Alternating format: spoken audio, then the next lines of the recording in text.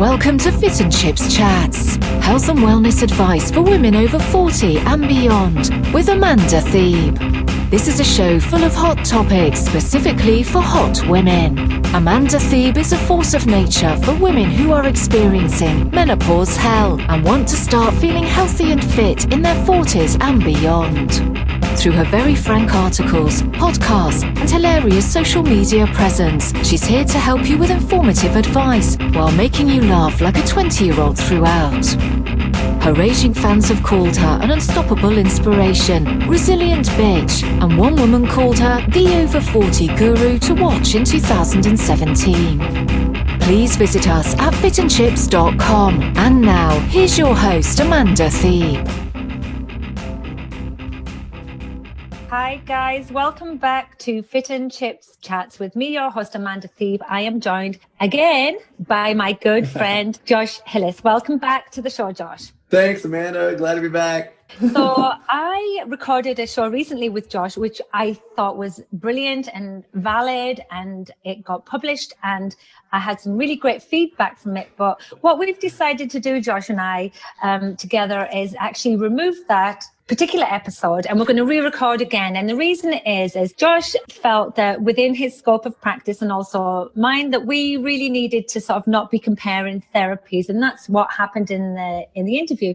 And I don't think it came from a bad place. It came from a very authentic place, but really just to keep things completely true and real, we decided that the best thing forward was to re-record. And so that's what we're doing. So Josh, do you want to add anything to that just to explain it a little bit better? Yeah, I just want to say that what we got talking about is there's a really, really cool research, or like acceptance-based behavioral weight loss versus standard behavioral weight loss. Where I went down a rabbit hole was these kind of come from certain therapeutic backgrounds. There's tools from certain therapies. But that being said, like these weight loss treatments weren't therapy, right? And so we borrow a lot of the tools that are actually designed to be used for general public, and that like Stephen Hayes, who created acceptance commitment therapy, wants to see used outside of therapy, and they're getting used in classrooms and workplaces and coaching. And so my big thing is I want to just keep it to the studies on weight loss that are things that are well within our scope of practice, and not get too deep into the therapeutic practices that they borrowed the tools from for this research. See, that's exactly what I was going to say, but whatever, Josh, you said it a little bit better. Now, so we were talking previously about this acceptance behavioral therapy with weight loss. And so can you just remind everybody what this study sort of explained to us and what we discovered by this study? Because it was really quite fascinating. Yeah, so there was... There were two studies. One was a follow-up to the other. They were Mind Your Health 1 and Mind Your Health 2, and they were both randomized controlled trials using an acceptance-based methodology versus a standard methodology. And what they found was for people that have like the highest food reactivity, like they see food and they want it, or for the people that have like the most emotional eating issues or use food to cope with stress, the acceptance-based treatment made a bigger difference, and people were able to maintain the results longer. That's what I was psyched about it, because like anything that works better for like my average client probably deals more with stress eating than they deal with getting their macros perfect. So right? in this behavioral weight loss condition that they were under in the study, like, so was it based around like a specific diet, or was it really just about these protocols? Like how was it controlled? I just was trying to Okay, great question. So both treatments, both conditions, the standard and acceptance based, they counted calories, which I'm not super into, but that's what they did. They did if-then planning. Yeah. Which is actually like one of the most important things for producing results. Like, how do I get over this obstacle? And that shows up in almost every kind of behavioral weight loss trial that you'll see. And then let's see, they did calories, if-then planning. Oh, and just basically just that strategizing. Yeah. So that showed up in both. That's what I was gonna say. Basic, like a gradual ramp up in like basic food skills, like cooking and shopping and those kinds of things showed up in both conditions. Okay, so there was an element of planning that they maybe didn't have before as well. Yeah, for sure. And so both conditions produced results. Actually, it was just a difference in which one was better. Right. It just was better just having this acceptance. Yeah. So when somebody from sort of our world, like the fitness world and the nutrition world, who aren't registered dietitians and who aren't psychologists, I hear all of these terms and think, gosh, this could be really useful to my clients. You know, am I okay like talking like this to my clients? Am I okay to use this? And I heard you say that it's getting more generalized, like in classrooms and things. Yeah. Because the if then equals results is something that I use. Oh yeah. To its basic understanding. So can you like talk about that, how it could be applied? Yeah. So, and for people that don't know what I mean when I say if then planning, it means like if someone keeps hitting the same obstacle over and over again, then they go, if this happens, then I'm going to do this to get over it. Basically, you're just coming up with a strategy to overcome obstacles. In terms of scope of practice, I love this stuff because I actually feel like the acceptance-based treatment keeps us within scope of practice, because I'm not monkeying around with people's thoughts. I'm not like trying to change their mindset. I'm not trying to make them think more positively. I'm not trying to have them think different things. All I'm letting them know is you're normal. It's normal to have these thoughts. My other clients have unwanted thoughts. Sometimes they get sad and sometimes they get frustrated and sometimes they get stressed out. And that's all okay. And it's okay to feel like that. And we're going to work on some skills that may help you be able to make good choices while you're having those feelings. But essentially the scope of our coaching conversation is the choices and working on skills. And in terms of the registered dietitian, and so I feel like that keeps us really clean on the psychology side. On the registered dietitian side, I don't get into what they should eat to be, you know, I really don't get into the content of their food very much. And I definitely don't get into their health, which may be like a weird thing to say. I don't get into that past, you know what, fruits and vegetables are healthy. Like that's about where I leave it. Mostly what we're working on is skills, like just like the way we work on skills in the gym, I'm working on skills like eating slower and noticing when you're full and, you know, eating satisfying meals and not snacking between meals and waiting till you're hungry to eat. Those are all things that are well within our scope. We can coach skills. Yeah. I get nervous about, you know, really specific food recommendations, especially related to health.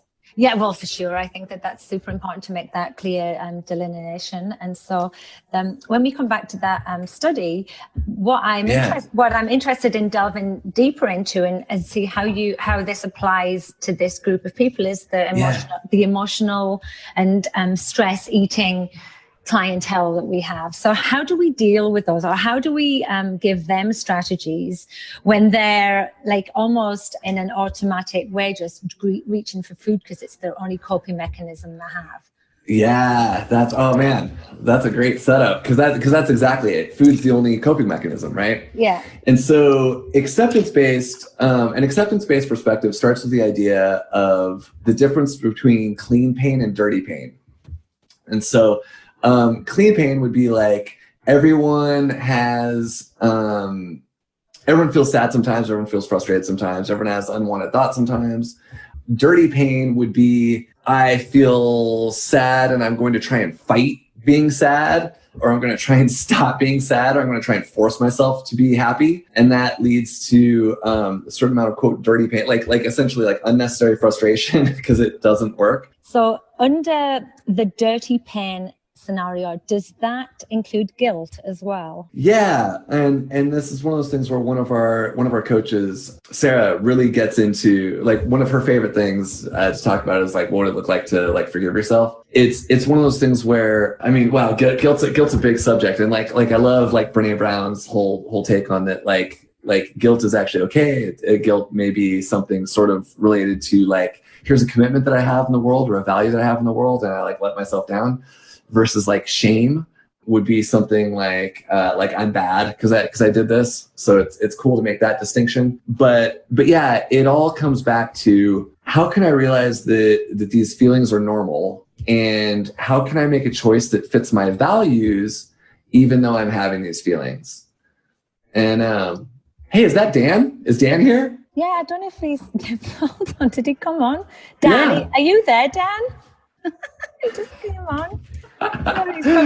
I'm going to mute him just in case. Oh, that's it. So listen, guys, I know this is a really strange thing to say because we're recording, but Dan John just jumped on our podcast in almost in stealth mode. Right. Yeah, that's amazing. Mode. Didn't say anything, just spied on us and went. Right. That's okay. Super secret. Okay, so back to you, Josh. Never mind about Dan John. So yes, so that's a good point. So Brené Brown is such a great one for if only we could all think like her. But knowing that guilt is okay and it's valid. Yeah. And I think that's what's really important, is understanding that every single thought that we have that goes through our head is a valid thought. And I think having that moment of acceptance, understanding that the thoughts are completely valid, I think is like a huge epiphany that someone can have.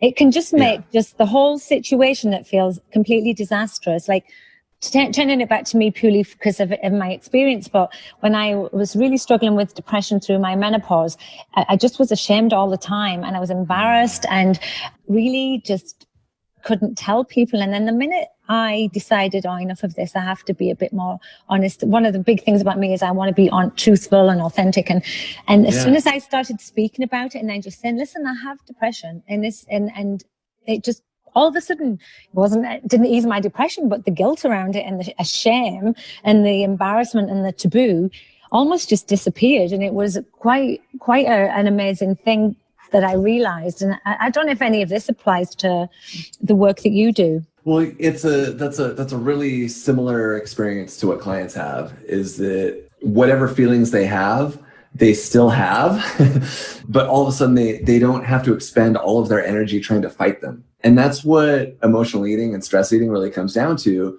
is you're like, I'm having these emotions that I feel like I shouldn't have, and I'm going to try and suppress them with food. And unfortunately, food kind of works for a minute.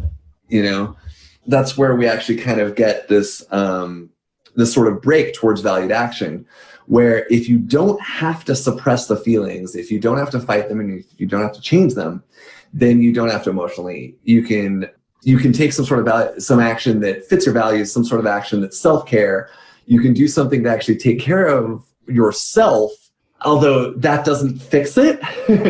At least it fits your values, right? And that can be outside the scope of food, is I think you're saying, right? The thing that fits your values, the action doesn't have to be food related.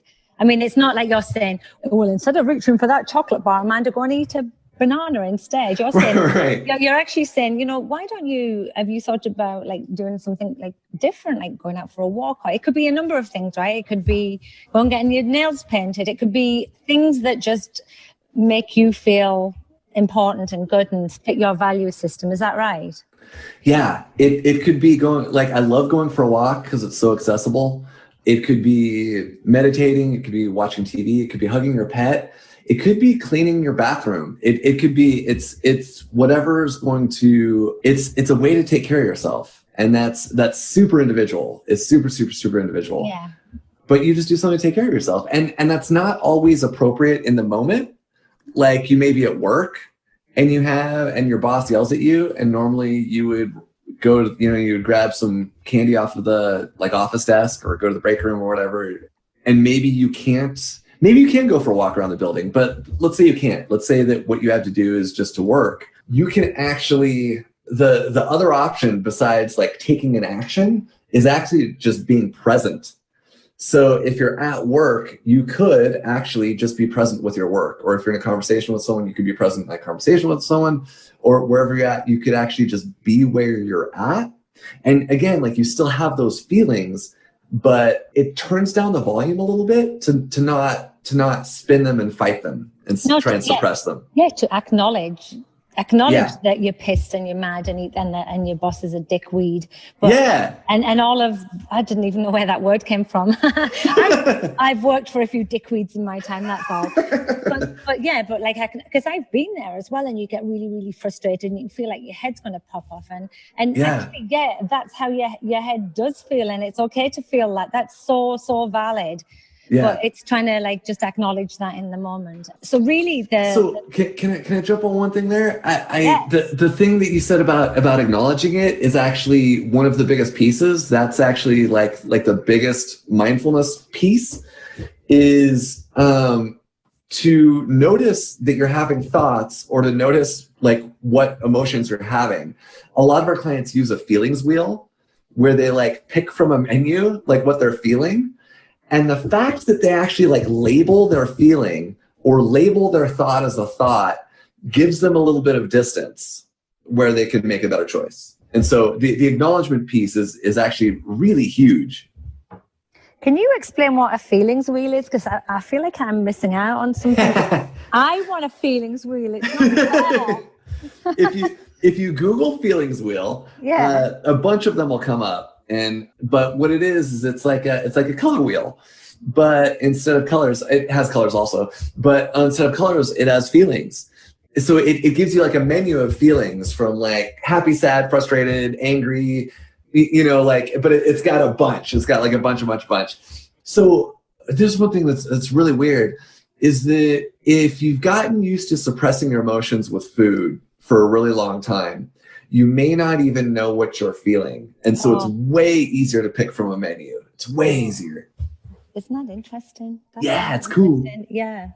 Because that's the whole point you were doing it in the first place, right? Because it's this autonomic expression that you've got emotion, and so you grab food and you don't have time to actually be present and to acknowledge. That's great. Okay. Yeah. So let me springboard off of that too. God, it's so exciting. I love it. So the automaticness, if we can separate the automaticness, that's everything. So if someone normally feels bad and they grab some food, if we can separate that by a minute, we can extend that out to 5 minutes or whatever. But if we can just separate the automaticness, if they can take a minute to go like, oh, okay, wait. Normally like I feel bad, I grab food. It's like it's completely mindless. If we can put in just a little bit of time to be mindful, like a minute to be like, what am I feeling? And what are thoughts I'm having? Like, oh, I'm having these thoughts, and oh, these thoughts are normal. Okay. What are my values? What are the actions that I've already outlined that fit my values that I would want to take right now? So brilliant. And separating the automaticity of it's huge. Separating it, and again, what are my values? And like you said, that at the time and the circumstance around you, you may not be able to take an action from that value, but the action may just be to acknowledge and be present. And so there's some real clear like steps in the process then that people can follow. And so this all leads on from the if then, right? So if this then, and so it's like breaking that down into these like finite steps. If this isn't like a coach that's listening and just like it's somebody like me who's sat at home and I know I struggle with emotional eating. So, and I can't afford a coach, can't afford to work with you, Josh, even though we all want to.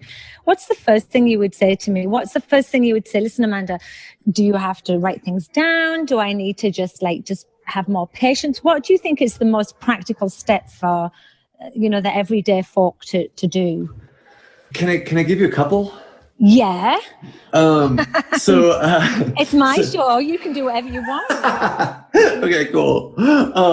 So the first thing that I would tell you is I would just tell you that like regardless of what our Instagram perfect looking world may present to you, it's totally okay to feel your feelings. It's totally okay to have feelings. It's totally okay not to be happy all the time.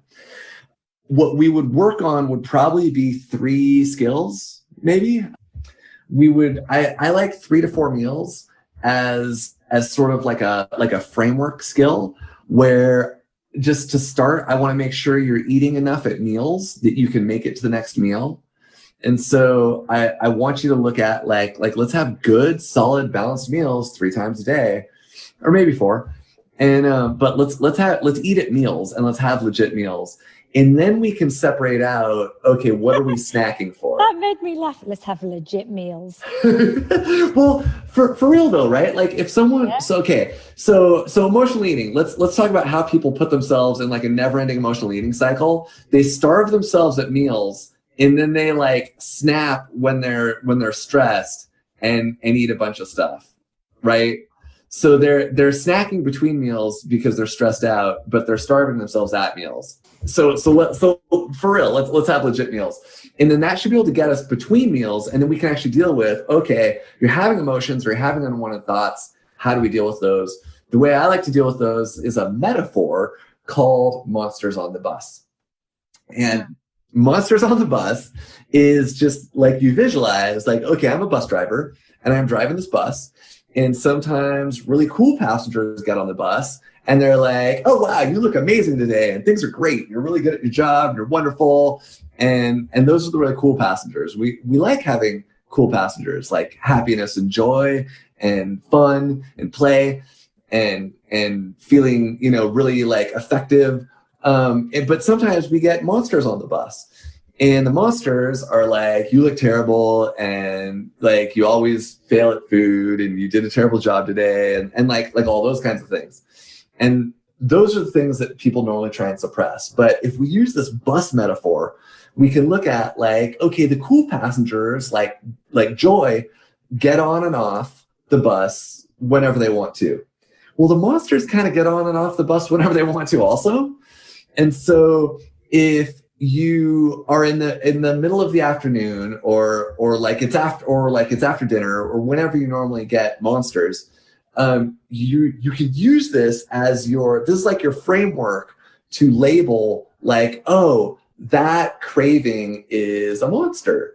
Like that thought that I'm ugly is a monster. And I'm having that thought and it's on the bus right now and it's going to get off whenever it wants. Yeah. But my job is to keep driving the bus in the direction of whatever my values are. And one of the things we would do, kind of like the feelings wheel, is I would give you a list of values and you can Google values lists and a ton will come up. And it can be easier to like circle from like this menu of values. And maybe your values are like courage and kindness, right? And you can actually be like, okay, what would a kind thing for me to do right now? Or what would a courageous thing for me to do right now? And maybe on our coaching calls, we would outline some of those things ahead of time. And but I know those value lists, you can actually do like online. Yeah, they're everywhere. Stuff, and they give you like, they assess, these tests assess what your value list is. And they assess what your values list are. There's a couple of free ones out there that are run by sort of like with study groups. And because I did it myself, and the values that came up, I was like, I'm not sure I agree with those. But then when I looked at what the description of the value was, it completely was me. I think sometimes the terminology is just confusing, but I think those value lists are so great. And I actually have mine printed out on my computer. I see it, I look at it and remind myself. I think there's huge value in those value lists. Abundance for me. And I was like, but I don't feel like that's about myself. I think I give myself an abundance to people. But really, I think if you pull this back to your own personal worth and how you treat yourself, that's when these lists become more valuable, I think. So what do you think about that? I think you completely nailed it. Like how many people like really, really value, like most of my clients like really value kindness to their family and to their friends, and they don't apply it to their own body at all. Never. Yeah, almost never. Women are the worst as well, I think. Yeah. Well, it's one of those things where like you could look at that as almost like a filter of like, what would you, like how would you treat a good friend, or how would you treat your daughter, or how would you want them to approach this? Yeah, it's great. So the value lists, I think, are really good. And I've done the exercise now 3 times. I also have a menopause memory. So when you're asking me to recall things without a piece of paper next to me, it ain't going to happen. But anyway. I was just curious, I'll email you them later. Anyway, so we have feeling satiated, having these 3 to 4 meals a day as a skill, and feeling satiated so that you're not starving, hungry, and reaching for the snack, so that your baseline is covered as well. Yeah. Then we've got the monsters on the bus metaphor, knowing that good and bad thoughts are going to come all the time, and that's normal. But you got to keep driving that bus, and roll with the curves, and then find out every time a monster comes on, go back to your values, check your values, and understand what you stand for. Right? Yeah. Like label that monster for what it is. Yeah. Like either the thought you're having, the feeling you're having, because that actually can help turn down the volume. Yeah. It gets us a little bit of distance. Turn down the volume. Love it. That's the opposite to pumping up the jam then. Pumping up the jam would be... Turn down the volume. I was going to sing to you then, Rowan. Turn down for what? We should be on the stage, I'm telling you. We should. Number 3 in your list? That would be distinguishing true hunger. Some of the filters that I like to have people use are that true hunger will build over time, and true hunger you feel in your stomach, and true hunger is usually for like a balanced meal, versus like a craving or like stress eating or like emotional eating will usually don't feel it in your stomach. It usually rises and then falls. They call it urge surfing, because it will build and then it actually fades, whereas true hunger like keeps building.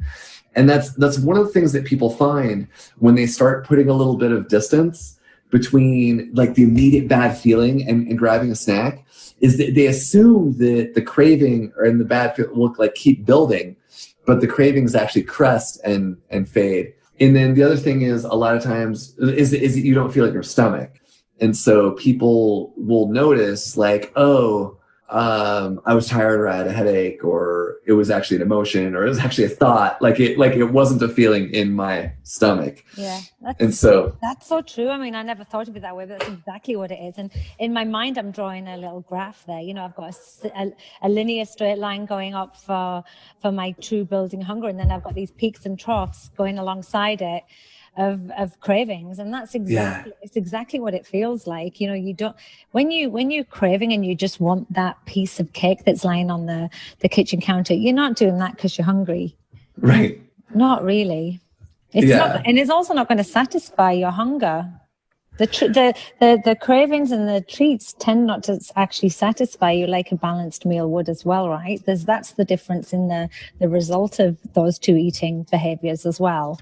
Yeah, exactly. And that brings up a huge point, that like one of the things I want people to take away from this is that when they're really hungry, when they're truly hungry, I want them to eat.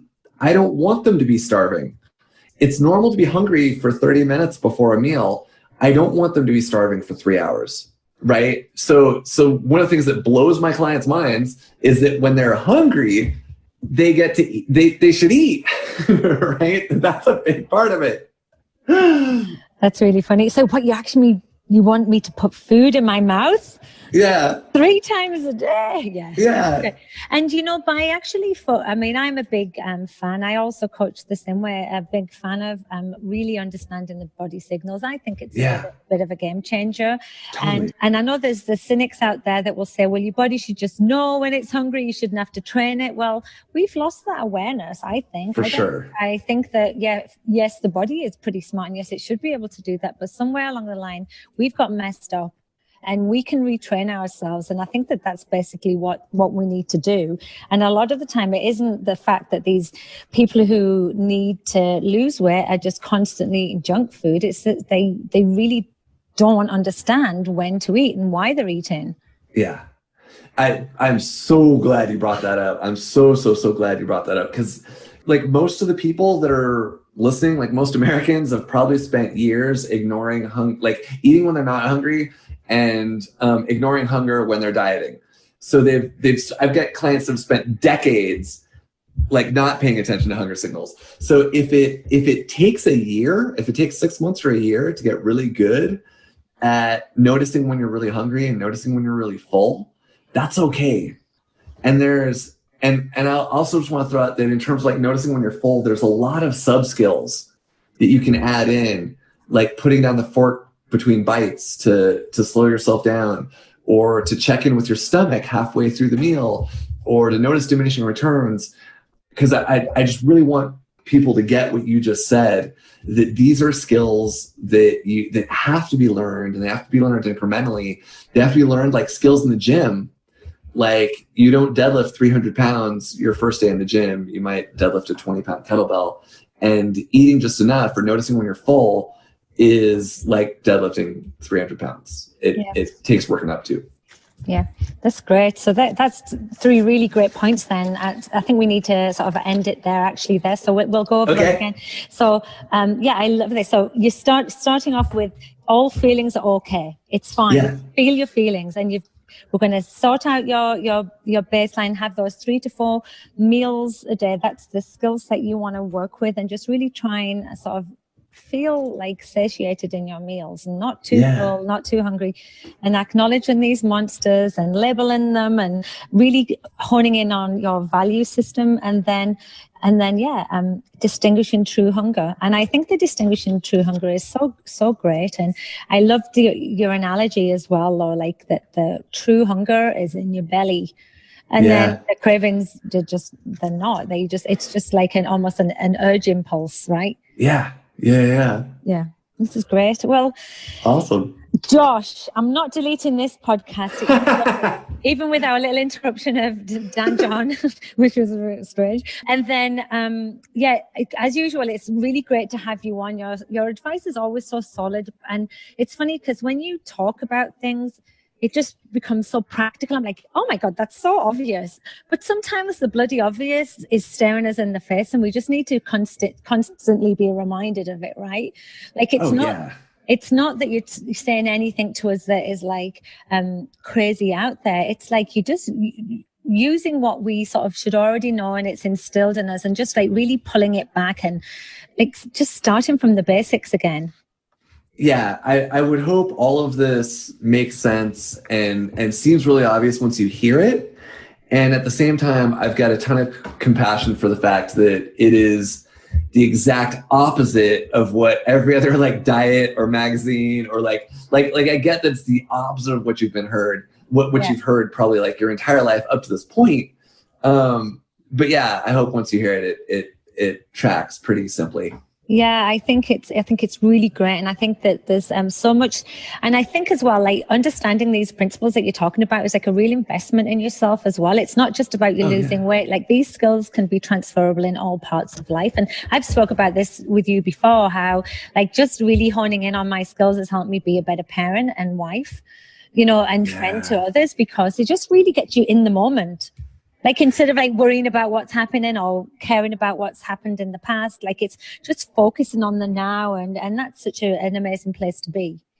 That's my favorite thing to ever hear from my clients, is that like not having to fight their thoughts and emotions all the time has freed them up to be with their family and people they care about and be present in their lives. Yeah. That's like the coolest thing ever. That's awesome. Well, thank you so much. As usual, Josh, you're a rock star. We love you.